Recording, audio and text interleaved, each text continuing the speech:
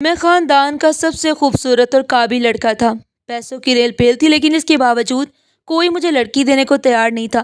ایک دن اماں سے کہا کہ اس دفعہ رشتہ لینے میں بھی ساتھ جاؤں گا، تو ان کا رنگ اڑ گیا۔ مجھے حیرت ہوئی، میں گیا تو رشتے والوں نے فوراً ہاں کر دی، بغیر کوئی وجہ۔ لیکن اگلے دن انہوں نے بنا کوئی وجہ بتائے منع کر دیا۔ مجھے بہت حیرت ہوئی۔ ابھی میں اسی کشمکش میں تھا جب موبائل کی گھنٹی بجنے پر میں ہوش میں آیا۔ فوراً فون چیک کیا تو انجان نمبر سے ویڈیو بھیجی گئی۔ مجھے جیسے میں نے وہ ویڈیو پلے کی، میرے رونگٹے کھڑے ہو گئے، کیونکہ اس میں تو میں نے جیسے ہی گھونگھٹ اٹھایا تو اس کی سانولی رنگت دیکھ کر میں دنگ رہ گیا۔ اتنے انتظار کے بعد یہ پل ملا تھا مجھے۔ فضیلت کی رنگت دیکھ کر میرا دل ایک دم بجھ سا گیا۔ اس کے رنگ کی طرح میرا مقدر بھی مجھے سیاہ ہوتا دکھائی دیا۔ کیا ہوا؟ آپ اتنے پریشان ہو گئے ہیں؟ طبیعت تو ٹھیک ہے؟ میں فضیلت کی آواز پر چونکا تھا۔ اس کی آواز بہت خوبصورت تھی۔ میں نے پھر سے اس کی طرف دیکھا۔ اس کی آنکھیں نیلے رنگ کی تھی، جس میں عجیب سا ڈر تھا، بے ساختہ مسکراہٹ میرے چہرے پر آئی۔ شاید وہ میری اتری صورت دیکھ کر ڈر گئی تھی۔ کیا میں آپ کو اچھی نہیں لگی؟ فضیلت کی بات پر میرا رنگ اب حقیقتاً اڑ گیا تھا۔ میں خاموش، کیونکہ جھوٹ بولنے کی عادت نہیں تھی مجھے، سچ کہنے کا حوصلہ نہیں تھا مجھ میں، اسی لیے خاموش ہو کر کمرے سے باہر چلا گیا۔ وہ رات میں نے صرف فضیلت کی رنگت پر تبصرہ کرتے ہوئے گزار دی۔ آخر کیا وجہ تھی جو اماں نے مجھے سانولی رنگت کی لڑکی کے ساتھ بہا دیا؟ میں اپنی انا میں یہ بھول رہا تھا کہ مجھے بھی اسی خدا نے بنایا ہے جس نے فضیلت کو بنایا ہے۔ میں اس کی تخلیق میں سے نقص نکال رہا تھا۔ تبھی کئی دن گزر گئے۔ پھر ایک دن میں جیسے ہی کمرے میں گیا تو سامنے کا منظر دیکھ کر میرے پیروں تلے سے زمین نکل گئی، کیونکہ فضیلت اپنے ہاتھوں کو حسد انسان کو نگل جاتا تھا۔ یہ صرف کتابوں میں پڑھا تھا، اور حسد کرنے والے اپنے ہوتے ہیں، ایسا بس سنا تھا، مگر یقین کبھی نہیں آیا تھا۔ میں عملی لائف گزار رہا تھا، یعنی کہ پریکٹیکل لائف گزار رہا تھا۔ انسان اپنی قسمت خود بناتا ہے، میرا یہ ماننا تھا، اور میں نے اپنی سوچ کے مطابق اپنی قسمت بنائی ہوئی تھی۔ اچھی پڑھائی کی، خود کو ہمیشہ فٹ رکھا، ہر کوئی میرے گن گاتا، کیونکہ میں خاندان میں سب سے قابل اور پڑھا لکھا ایجوکیٹڈ لڑکا تھا۔ مگر حیرت کی بات تو یہ تھی، اتنی اچھی تعلیم ہونے کے باوجود، اتنا خوبصورت ہونے کے باوجود بھی میں 40 سال کا ہو گیا تھا، مگر ابھی تک کمارا تھا۔ اب تو میرے ساتھی جو کبھی میرے ساتھ مستقبل بنانے کی باتیں کرتے تھے، وہ بھی شادی کر چکے تھے، اب 2 3 بچوں کے باپ تھے، اور میں ابھی بھی ایسی لڑکی کی تلاش میں تھا جو میرے قدم کے ساتھ قدم ملا کر چلتی۔ مگر قسمت نہ جانے مجھ سے ناراض ہو گئی تھی۔ شاید یہی وجہ تھی جو ہر دوسرے دن رشتہ آنے کے باوجود بنا کسی وجہ سے انکار ہو جاتا۔ یہ سب میرے لیے آسان نہیں تھا۔ جس نے ہمیشہ اپنے خاندان میں صرف عروج دیکھا، اسے ہر کوئی انکار کر جاتا۔ یہ بات کچھ ہضم نہیں ہوتی۔ اب تو میں ہمت ہارنے لگا تھا۔ میں نے سوچ لیا تھا کہ اب میں شادی نہیں کروں گا، مگر اماں اور بہنوں کی ضد پر میں ہمیشہ ایک نئے رشتے کے لیے تیار ہو جاتا۔ اماں ہمیشہ مجھے حوصلہ دیتی اور کہتی کہ میرے بیٹے کے نصیب میں کوئی حور پری ہے جو اتنا وقت لگ رہا ہے، لیکن تم دیکھنا، جس روز وہ تمہیں ملے گی تمہاری زندگی ہی بدل جائے گی۔ میرے چہرے پر تلخ مسکراہٹ سجا لیتا، مگر اماں کی امید کو نہ توڑتا۔ بھائی، اماں کہہ رہی ہیں جلدی سے تیار ہو جائے، رشتے والے آ رہے ہیں آپ کو دیکھنے کے لیے۔ اب تو میں تنگ آ چکا تھا، مگر مجبور تھا کہ بہن اور اماں کے کہنے پر میں پھر سے تیار ہو کر مہمانوں کے سامنے بیٹھ گیا۔ یہ کوئی بڑی حیرت کی بات نہیں تھی، یہ انہوں نے مجھے دیکھ کر پسند کر لیا، کیونکہ ہمیشہ ایسا ہی ہوتا آیا تھا۔ مہمان آتے، مجھے دیکھتے اور پسند کر جاتے، اور گھر جا کر جب اپنی بیٹی دکھانے کی باری آتی تو صاف انکار کر دیتے۔ کوئی بھی مجھے اپنی بیٹی دینے کے لیے تیار نہیں تھا۔ آخر کیا وجہ تھی؟ میں بھی یہ بات نہیں جان سکا، اور اب بھی ایسا ہی ہوا تھا۔ ایک روز میری خالہ گھر پر آئی اور مجھے الگ کمرے میں لے گئی۔ روحان، میری بات سنو، کچھ بتانا چاہتی ہوں۔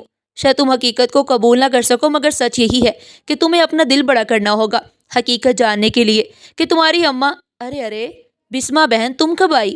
ابھی میری خالہ بات کر ہی رہی تھی جب میری اماں کمرے میں داخل ہوئی۔ میری خالہ کا میری اماں کی طرف دیکھ کر چہرہ ایک دم سفید پڑ گیا۔ میری خالہ کبھی کبھار ہمارے گھر آتی رہتی تھی۔ وجہ یہ تھی کہ وہ میری پہلی اماں کی بہن تھی۔ میری دوسری اماں نے بھی کبھی ان کی خاطرداری میں کوئی کمی نہیں چھوڑی تھی، لیکن نہ جانے کیا وجہ تھی جو خالہ ہمارے گھر آتی ہی نہیں تھی۔ اماں اور ابا نے مجھے ہاسٹل میں داخل کروایا ہوا تھا۔ ان کا ماننا تھا کہ میں اچھا پڑھ لکھ جاؤں گا اگر میں گھر سے اور اپنے ماں باپ سے دور رہوں گا تو مجھ میں قابلیت آئے گی، اور ایسا ہی ہوا تھا۔ اور پھر ایک دن مجھے پتہ چلا کہ میری اماں اس دنیا سے چلی گئی۔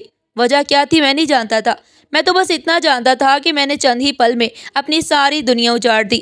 مگر کچھ ہی مہینے گزر گئے جب میرے ابا نے میری اماں کی کزن کے ساتھ نکاح کر کے انہیں گھر لے آئے۔ انہوں نے آتے ہی مجھے بے حد پیار دیا۔ میں ان سے مانوس ہو گیا۔ وہ مجھے اپنے گھر واپس لائیں اور ابا سے کہا کرتی کہ میں اس کا خود خیال رکھوں گی، ہاسٹل میں رہ کر یہ کہیں بیمار نہ پڑ جائے، اور جن بچوں نے پڑھنا ہوتا ہے وہ گھر پر بھی رہ کر پڑھ لیتے ہیں۔ اماں میری بہت طرفداری کرتی، کئی مرتبہ مجھے ابا کی مار سے بھی بچایا کرتی تھی۔ میں اب اماں کا بہت لاڈلا ہو گیا تھا۔ وہ کہیں سے سوتیلی ماں نہیں لگتی تھی، مگر میری سگی خالہ نہ جانے کیوں ان سے اتنی نفرت کرتی تھی، میں کبھی جان نہیں پایا، اور جب کبھی خالہ سے پوچھتا تو وہ خاموش رہ جاتی۔ میں جاننا چاہتا تھا کہ آخر کیا وجہ ہے کہ خالہ ہمیشہ مجھ سے ناراض رہتی ہے، جبکہ اماں خالہ کی بہت عزت کیا کرتی تھی۔ وقت ایسے ہی گزرتا گیا۔ آج پھر ایک رشتہ گھر پر آیا۔ میں بہت اداس تھا اور مایوس بھی ہو چکا تھا۔ کچھ عمر بھی بڑھتی جا رہی تھی اور کچھ شادی کے نام پہ دلچسپی بھی ختم ہوتی جا رہی تھی۔ میں باغی سا ہونے لگا تھا، اور جو سب سے دلچسپی کی بات تھی وہ یہ تھی کہ لڑکی کم عمر تھی۔ میں نے اماں سے کہا کہ اماں، کیا آپ نے ان کو پہلے میری تصویر دکھائی ہے کہ میں ان کو پسند ہوں؟ اماں میرے صدقے واری جانے لگی اور کہنے لگی، میرا بیٹا تو لاکھوں میں ایک ہے، یہ لوگوں کی نظریں ہیں جو خراب ہے، جو میرے بیٹے کو پسند نہیں کرتی۔ مگر میں اماں کی بات سے اتفاق نہیں کرتا۔ ایسا تو کبھی ہوا ہی نہیں کہ میں لوگوں کو پسند نہ ہوں، ہمیشہ جو آتا مجھے پسند کر کے جاتا۔ کبھی ایسا نہیں ہوا تھا کہ میری شکل و صورت یا پڑھائی کو رد کیا گیا ہو۔ مگر ایک بات کبھی مجھے سمجھ نہیں آئی کہ گھر جا کر ایسا کیا ہو جاتا جو شادی کو ہاں ہونے کے باوجود انکار ہو جاتا۔ میں نے اماں سے کہا کہ اماں، اس دفعہ میں خود رشتہ دیکھنے آپ کے ساتھ جاؤں گا۔ اگر مجھے لڑکی پسند آئی تو پھر میں اس رشتے کے لیے حامی بھر دوں گا اور رشتہ دیکھنے آپ کے ساتھ ان کے گھر جاؤں گا۔ اماں ایک دم حیران ہوئی اور کہنے لگی، یہ مناسب نہیں لگتا بیٹا، اب ہر کوئی تو اپنی بیٹی کو تمہارے سامنے نہیں کرے گا۔ اور اماں کو میری ضد ماننی ہی پڑی، مگر نہ جانے کیوں اماں کا رنگ اڑا ہوا تھا۔ کیا ہوا اماں، اتنا پریشان کیوں ہو گئی میری بات سن کر؟ نہیں نہیں، ایسا تو نہیں ہے بیٹا، اماں نے ایک دم گڑبڑاتے ہوئے کہا۔ اچھا تو پھر آپ اتنی گھبرائی ہوئی کیوں لگ رہی ہیں، جیسے آپ کی کوئی چوری پکڑی جانے لگی ہو؟ یہ کیسی باتیں کر رہے ہیں؟ لگتا ہے تمہاری خالہ پھر تمہارا دماغ خراب کر گئی ہے۔ اور میں حیرانگی سے اماں کی طرف دیکھ رہا تھا، کیونکہ میں تو یہ بات سرسری سی کی تھی، ایسا کچھ نہیں ہے۔ اماں اور خالہ مجھے بھلا کیوں آپ کے خلاف بھڑکانے لگی؟ لیکن میرے دل میں ہلچل مچ گئی کہ آج سے پہلے تو کبھی اماں نے مجھے اس لہجے میں بات نہیں کی، مگر میں خاموش ہو گیا اور یہ سوچنے لگا کہ ہو سکتا ہے کوئی غلطی لگ گئی ہو، لیکن نہ جانے کیوں میرا دماغ الجھا سا تھا۔ میں خاندان کا سب سے خوبصورت اور قابل لڑکا تھا، پیسوں کی بھی کوئی کمی نہیں تھی، لیکن اس کے باوجود کوئی بھی مجھے لڑکی دینے کو تیار نہ ہوتا۔ ایک دن اماں سے کہا کہ اس دفعہ رشتہ لینے میں بھی ساتھ جاؤں گا، تو ان کا رنگ اڑ گیا۔ میں گیا تو رشتے والوں نے فوراً ہاں کر دی۔ میں اس بات پر پرسکون تھا کہ کم از کم انہوں نے مجھے سامنے سے دیکھ لیا، اب کوئی بات باقی نہیں رہے گی۔ مگر نہ جانے کیوں اماں کو یہ عجیب سی بے چینی تھی، ایک عجیب سی ہلچل تھی۔ اماں کیا بات ہے، آپ کی طبیعت تو ٹھیک ہے، اب اتنا بے چین کیوں لگ رہی ہیں؟ کیا آپ اس رشتے سے خوش نہیں ہیں؟ آپ کو لڑکی پسند نہیں آئی؟ میں یہ باتیں اماں سے جاننا چاہتا تھا، جبکہ میں خود جانتا تھا کہ لڑکی بہت خوبصورت تھی اور پڑھی لکھی بھی تھی۔ اماں کا انکار بالکل بھی جائز نہیں تھا، مگر میں اماں کے خیالات جاننا چاہتا تھا۔ اماں کہنے لگی، نہیں نہیں، ایسی تو کوئی بات نہیں ہے، مجھے لڑکی پسند ہے، لڑکی تو خوبصورت تھی۔ میرے چہرے پر مسکراہٹ آ گئی۔ میں چاہتا تھا کہ میں گھر جاتے ہی سب سے پہلے یہ خبر خالہ کو سناؤ، جو بھی تھا وہ مجھ سے کم از کم یہ خبر سن کے خوش ہو جاتی۔ ہم نے وہاں پہ بیٹھے ہی شادی کی تاریخ بھی طے کر دی، کیونکہ ہم لڑکا لڑکی ایک دوسرے کو دیکھ چکے تھے۔ ہم دونوں کی ایک دوسرے سے کوئی مسئلہ نہیں تھا اور نہ ہی گھر والوں کو، پھر نیک کام میں دیری کیسی۔ مگر جیسے جیسے بات چیت آگے بڑھتی جا رہی تھی، اماں کسی نہ کسی بہانے سے بات کو ختم کر دینا چاہتی تھی۔ کبھی کہتی کہ ہم آپ کو گھر جا کر بتائیں گے، کبھی کہتی کہ اتنی بھی کیا جلدی ہے، تو کبھی ہنسی مذاق میں کہہ دیتی کہ ہم اپنا بیٹا اتنی جلدی نہیں بیانا چاہتے، کچھ وقت تو لیں گے، پھر تیاریاں بھی تو کرنی ہیں۔ مگر میں ہر بات پر اماں کو ٹوک دیتا اور کہتا، اماں یہ معاملات اتنے بڑے نہیں ہیں، میں مزید دیر نہیں کر سکتا۔ اماں کو کئی مرتبہ سمجھانے کی کوشش کر چکا تھا۔ اماں مجھے کہنے لگی کہ ذرا ایک طرف آنا، مجھے تم سے کوئی ضروری بات کرنی ہے۔ میں حیران ہو گیا کہ یہ کون سی بات ہے جو ابھی کرنی ضروری ہے۔ میں اماں کے ساتھ ایک طرف ہوا تو اماں کہنے لگی، تمہارا دماغ تو ٹھیک ہے، کیسی باتیں کر رہے ہو؟ اگلے کو کچھ وقت تو دو سوچنے سمجھنے کے لیے، شادی کی تیاریوں کے لیے، اور پھر اتنی بھی کیا جلدی ہے؟ لڑکی والوں کو وقت چاہیے ہوتا ہے، سامان بنانا ہوتا ہے، بچی کی خواہشات پر اس کے لیے خریداری کرنی ہوتی ہے، 100 کام ہوتے ہیں بیٹیوں والوں کو۔ تمہیں تو بس شادی شادی شادی کرنی ہے، تمہیں ان چیزوں کا نہیں پتا، یہ بڑوں کے معاملات ہیں، بڑوں پر ہی چھوڑ دینا چاہیے۔ مگر میں ضد کرنے لگا۔ میں نے اماں سے کہا کہ اماں میرا کچھ نہیں، میں نے اماں سے کہا اماں میں کچھ نہیں جانتا، بس آج تاریخ پکی ہونی چاہیے۔ اماں اپنا سر پکڑ کر بیٹھ گئی، مگر انہیں میری ضد کے آگے گھٹنے ٹیکنے ہی پڑے۔ انہوں نے لڑکی والوں سے بات کی تو انہیں کوئی اعتراض نہیں تھا، انہوں نے پہلی ہی مرتبہ حامی بھر دی، کیونکہ وہ لوگ پیسے کے معاملے میں ہم سے زیادہ امیر تھے۔ میں بہت خوش تھا اور پرسکون بھی۔ گھر آیا تو آتے ہی خالہ کو فون کیا اور انہیں سب کچھ بتا دیا۔ وہ بھی کافی حیران ہوئی اور کہنے لگی، کیا تمہاری اماں کو واقعی رشتہ پسند ہے؟ میں بے ساختہ میرے منہ سے نکل آیا، اماں تو اس رشتے کو بھی مزید انتظار کروانا چاہتی تھی، وہ تو میری ہی ضد تھی جس کے آگے انہوں نے گھٹنے ٹیک دیے۔ میری خالہ اونچی اونچی ہنسنے لگی اور کہنے لگی، میں جانتی تھی کہ تمہاری اماں ایک دم سے کیسے رشتے پر راضی ہوگی، لیکن خیر تمہیں بہت مبارک ہو، خدا اس کو توڑ پہنچائے۔ خالہ کے الفاظ اور ان کا لہجہ ایک دوسرے کا ساتھ نہیں دے رہے تھے۔ ان کا لہجہ میں سمجھ نہیں سکا۔ میں نے خالہ سے کہا، کیا مجھے طنز کر رہی ہیں؟ تبھی وہ کہنے لگی، نہیں نہیں، بس تم کچھ دیر انتظار کرو، پھر دیکھنا حقیقت تمہارے سامنے آ جائے گی۔ شاید ابھی تمہاری آزمائش اور باقی ہے۔ میں کافی پریشان ہو گیا اور خالہ سے کہا، اب کھل کے بات کیوں نہیں کر رہی؟ کہنے لگی، اگر کھل کے بات کروں گی تو تمہیں یقین نہیں آئے گا، اس لیے تمہیں وقت پر چھوڑ رہی ہوں۔ تو میری بہن کی آخری نشانی ہو، بھلا تمہارے ساتھ کچھ برا ہوتا کیسے دیکھ سکتی ہوں؟ لیکن ابھی تمہارا دماغ تمہاری ماں کے ہاتھوں میں ہے۔ میں تمہیں کچھ بھی بتاؤں گی یا سمجھاؤں گی تو تمہیں ایسے ہی لگے گا کہ تمہاری اماں کے خلاف ہو، مگر حقیقت بہت بھیانک ہے۔ تم شاید اس چیز کو کبھی قبول نہیں کر پاؤ گے۔ تمہارے ذہن کے ساتھ کھیلنا نہیں چاہتی اور نہ ہی تمہیں کوئی تکلیف دینا چاہتی ہوں۔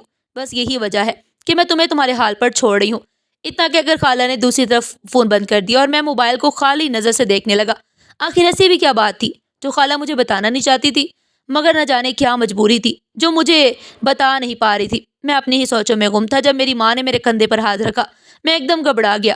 اماں کہنے لگی، کیا ہوا؟ کس کا فون تھا؟ کیا رشتے سے انکار ہو گیا؟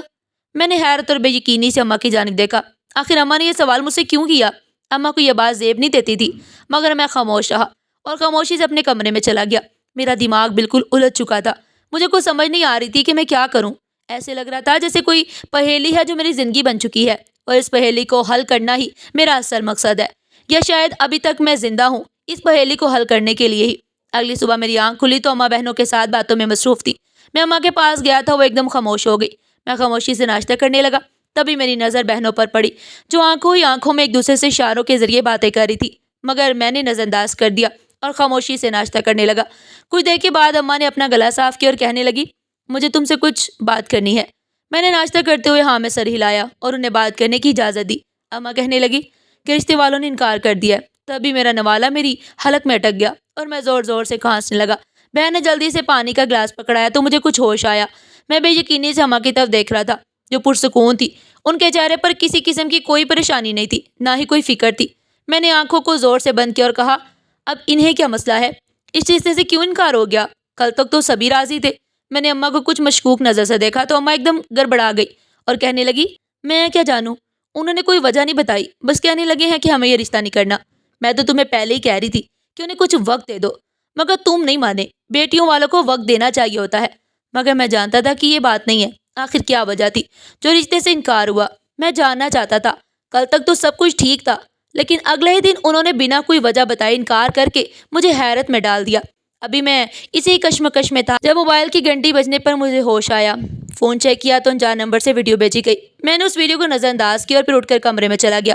سر میں شدید درد اٹھ رہی تھی تو سمجھ نہیں آ رہا تھا کہ آخر کیا وجہ ہو سکتی ہے اس رشتے سے انکار کی۔ میں بیزاری سے موبائل کی جانب دیکھنے لگا تو وہاں پر ایک اور ویڈیو بھیجی گئی تھی۔ جیسے ہی میں نے وہ ویڈیو پلے کی، پیروں تلے سے زمین نکل گئی۔ اس میں تو میری تصویر کے ساتھ نازیبا حرکات کرتے ہوئے ویڈیوز بنائی گئی تھی، جس میں لڑکے کے چہرے پر میری تصویر بھی، اور لڑکی نہ جانے کون تھی۔ یہ تو میں جانتا تھا کہ سوشل میڈیا بہت ترقی کر گیا ہے۔ آج کل لوگ سوشل میڈیا پر آنے والے جانے مانے لوگوں کو نقصان پہنچانے کے لیے اس طرح کی غیر مناسب ویڈیوز بناتے ہیں، مگر کسی کو مجھ سے کیا مسئلہ تھا؟ میں تو کسی چیز میں ملوث نہیں تھا۔ میں ایک دم پریشان ہو گیا۔ میں نے جلدی سے لڑکی والوں کو فون کیا اور پہلے ہی بیل پر فون اٹھا لیا گیا۔ میرے دو ٹوک الفاظ میں لڑکی کے باپ سے بات کی اور اسے کہا، آپ نے اس رشتے سے انکار کیوں کیا تھا؟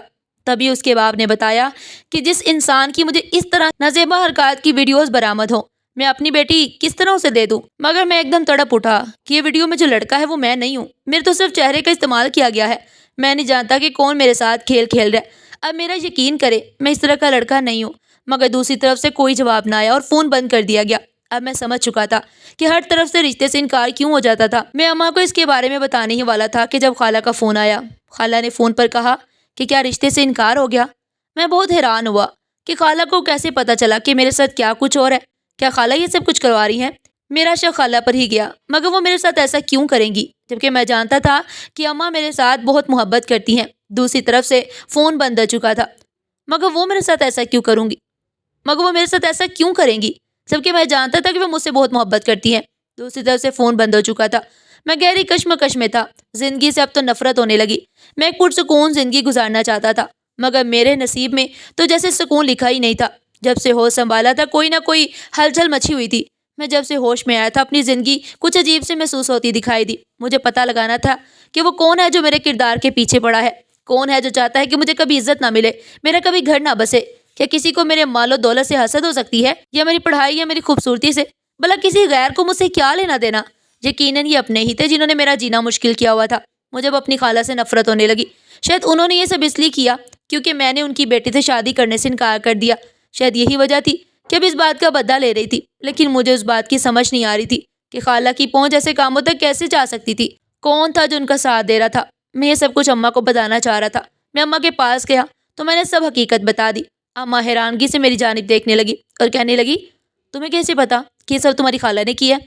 میں نے اماں سے کہا کہ اماں، جیسے رشتے والوں نے انکار کیا، ساتھ ہی خالہ کا فون آیا، اور اس بات سے کیا مطلب نکلتا ہے، اور انہیں کیسے پتا چل گیا کہ میرا رشتہ ٹوٹ گیا، اور وجہ کیا ہے؟ یہ سب کچھ کوئی معمولی بات نہیں ہے۔ یقیناً اس کے پیچھے کوئی بہت بڑا راز چھپا ہے، اور وہ راز میں پتہ کروا کر ہی رہوں گا۔ ان باتوں کو نظر انداز کر دو تم، دیکھنا ایک دن سب کچھ حقیقت تمہارے سامنے خود آ جائے گی۔ یہ بات تو خالہ بھی کہتی ہیں۔ اب میں کس کی بات پر یقین کروں؟ میں سب کو نظر انداز کر کے کمرے میں چلا گیا۔ تبھی مجھے اپنے ایک دوست کا خیال آیا جو ان کاموں میں ملوث تھا۔ میں نے اپنے دوست کو فون کیا اور اسے کہا کہ مجھے جاننا ہے کہ یہ سب کام کیسے ہوتا ہے۔ تبھی میرے دوست نے بتایا کہ اس کام میں بھائی بہت پیسے لگتے ہیں، لاکھوں کے حساب سے، یہ چند ہزار کی بات نہیں ہے۔ میں یہ بات بہت اچھی طرح سے جانتا تھا کہ خالہ اتنی امیر نہیں تھی، پھر بھلا کیسے وہ یہ سب کام کروا رہی تھی۔ دن ایسے ہی گزرتے گئے۔ پھر ایک روز اماں میرے پاس مسکراتی ہوئی آئی، ہاتھ میں مٹھائی کا ڈبہ تھا۔ اس دوران میں وقفے سے خالہ پر نظر رکھے ہوئے تھا، مگر ان کی حرکات بھی مجھے ایسی کوئی سرگرمی نظر نہ آئی جس بات کا ثبوت ہو کہ میرے ساتھ برا کرنے والا کوئی اور نہیں بلکہ خالہ ہی ہے۔ مگر ابھی تک کسی قسم کا ایسا کوئی ثبوت میرے ہاتھ نہیں لگا۔ اماں، یہ مٹھائی کس خوشی میں ہے؟ میں نے اماں سے سوال کیا۔ تبھی اماں کہنے لگی، تمہاری بات پکی ہونے کی خوشی میں ہے۔ میں نے حیرانگی اور بے یقینی سے اماں کی جانب دیکھا۔ کس لڑکی سے میری بات پکی کی ہے آپ نے؟ میں نے حیران ہوتے ہوئے پوچھا تو اماں کہنے لگی، میری ایک سہیلی تھی بہت پرانی، اس سے ملاقات ہوئی تو باتوں باتوں میں پتہ چلا کہ اس کی بیٹی بھی کنواری ہے۔ میں نے اسی وقت تمہارا ذکر کیا تو وہ فوراً سے مان گئی اور کہنے لگی کہ تمہارا بیٹا تو یقیناً بہت اچھا ہوگا۔ اور پھر اس نے اپنی بیٹی دکھائی، اس کی بیٹی بھی بہت خوبصورت تھی، تم اسے انکار نہیں کر سکو گے۔ تو میں نے ہاں کر دی۔ مجھے یقین ہے کہ تمہیں میری اس فیصلے پر کوئی بھی اعتراض نہیں ہوگا، لیکن اماں ایک بار مجھے لڑکی دکھا دیتی، کیا پتہ وہ مجھے اچھی لگے یا نہیں۔ میں اپنی زندگی ایک اچھی لڑکی کے ساتھ گزارنا چاہتا ہوں، نہ کہ کسی ایسی ویسی لڑکی کے ساتھ۔ میری بات کا یقین کرو، وہ تمہارے ساتھ بہت جچے گی، اور پھر دیکھنا تم دونوں میں سلوک بھی بہت ہوگا جیسے میرے اور تمہارے ابا کے درمیان ہے۔ اس گھر کو وہ جنت بنا دے گی۔ میں نے سانس لیا۔ میرے دماغ میں ایک بات آئی جو میں نے اماں سے کہہ دی، اماں، کیا انہیں میری ویڈیو سے کوئی مسئلہ نہیں؟ تبھی اماں مسکرانے لگی اور کہنے لگی، اسے بھلا کیا مسئلہ ہوگا؟ اس میں جب بتایا کہ تم میرے بیٹے ہو تو وہ کہنے لگی، یقیناً تمہارے بیٹے کے ساتھ کوئی سازش رچائی جا رہی ہے۔ میں نے کہا، ہاں بالکل، تم نے ٹھیک سوچا، ایسا ہی ہوگا۔ میرا بیٹا بالکل بے قصور ہے، اس کا کوئی قصور نہیں۔ میری آنکھوں میں آنسو آ گئے۔ اگر میری سگی ماں زندہ ہوتی تو شاید وہ بھی میرے لیے اتنا نہ کرتی جتنا میری ایک ستیلی ماں میرے لیے کر رہی تھی۔ اور میری خالہ جو میری سگی ماں کی بہن تھی، وہ میرے مستقبل کو تباہ و برباد کرنے پر تلی تھی۔ اور پھر دیکھتے ہی دیکھتے میری شادی اس لڑکی سے ہو گئی جس کو میں جانتا تک نہیں تھا، جس کو میں نے دیکھا تک نہیں تھا، ورنہ میں تو وہ لڑکا تھا جو ہر چیز اپنی پسند سے لیتا، جو چیز پسند آ جاتی اس پر صرف اپنا حق سمجھتا۔ آج میں اپنے جیون ساتھی کو دیکھے بنا اس کو اپنا چکا تھا۔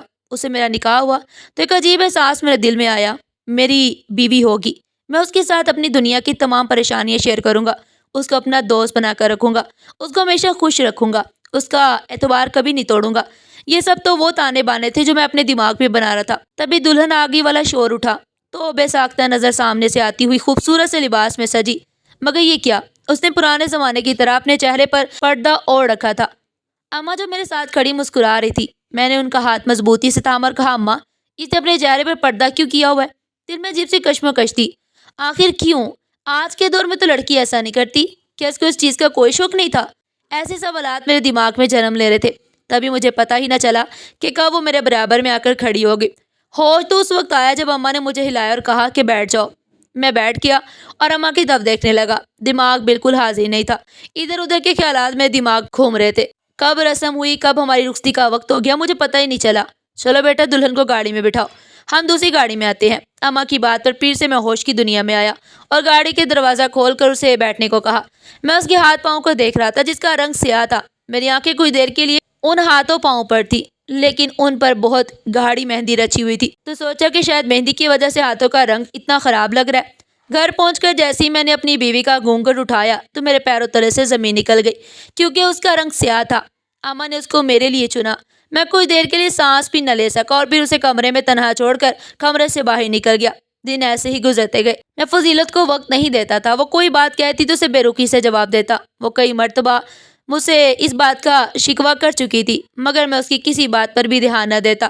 ہر وقت اپنے کاموں میں مصروف رہ جاتا، آوارہ گردی کرتا رہتا۔ شادی کے بعد زندگی جیسے جہنم بن گئی۔ اکثر میری خالہ مجھ سے ملنا چاہتی تھی، مگر میں ان سے نہیں ملنا چاہتا تھا، اور کہتی رہتی تھی کہ ایک روز ایسا آئے گا جب تمہیں حقیقت کا پتہ چلے گا۔ تمہیں پتہ چلے گا کہ جس وقت سانپ کو ہمیشہ تم پالتے رہے ہو وہ تمہاری آستین کا سانپ نکلا۔ خالہ کا اشارہ کس کی طرف میں نہیں جانتا تھا۔ شادی کے روز کے بعد سے میں نے اماں سے بھی بات چیت کم کر دی۔ میں ان سے کیا بات کروں گا؟ شاید انہوں نے میرے لیے بہتری چاہا ہوگا، مگر مجھے وہ لڑکی بالکل پسند نہیں تھی، اپنے جیون ساتھی کے روپ میں تو بالکل بھی نہیں۔ مگر شاید میں خدا کی ناشکری کر رہا تھا۔ اس نے مجھے ایک وفادار بیوی دی، لیکن مجھے اس سے کوئی فرق نہیں پڑتا تھا۔ ایک روز میں گھر میں داخل ہوا تو وہاں ہر طرف سناٹا تھا۔ اماں اور بہنیں نہ جانے کہاں گئی تھی۔ تبھی میں کمرے میں گیا تو میری بیوی سامنے کھڑی اپنے ہاتھوں کو کریم سے مل رہی تھی۔ میرے تو پیروں تلے سے زمین نکل گئی، یہ سوچتے ہوئے کہ میری بیوی مجھے خوبصورت دکھانے کے لیے یہ ہٹ کندھے اپنا رہی ہے۔ کیا میں نے اس کا اتنا ہی دل دکھایا تھا؟ میں نے اپنی بیوی سے کہا کہ اس وقت تم کیا کر رہی ہو؟ تو جیسے ہی اس نے میری طرف دیکھا، میں اس کی آنکھوں میں دیکھ کر پریشان ہو گیا، کیونکہ وہ لال انگارہ ہو گئی تھی۔ شاید وہ کافی دیر سے رو رہی تھی۔ یہ سب تم کیا کر رہی ہو؟ اور یہ سب تمہیں کس نے کرنے کو کہا؟ اماں نے کہا کہ اگر مجھے اس گھر میں رہنا ہے تو مجھے اپنا رنگورا کرنا ہوگا۔ میں نے بے یقینی سے اپنی بیوی کی طرف دیکھا۔ کیا واقعی؟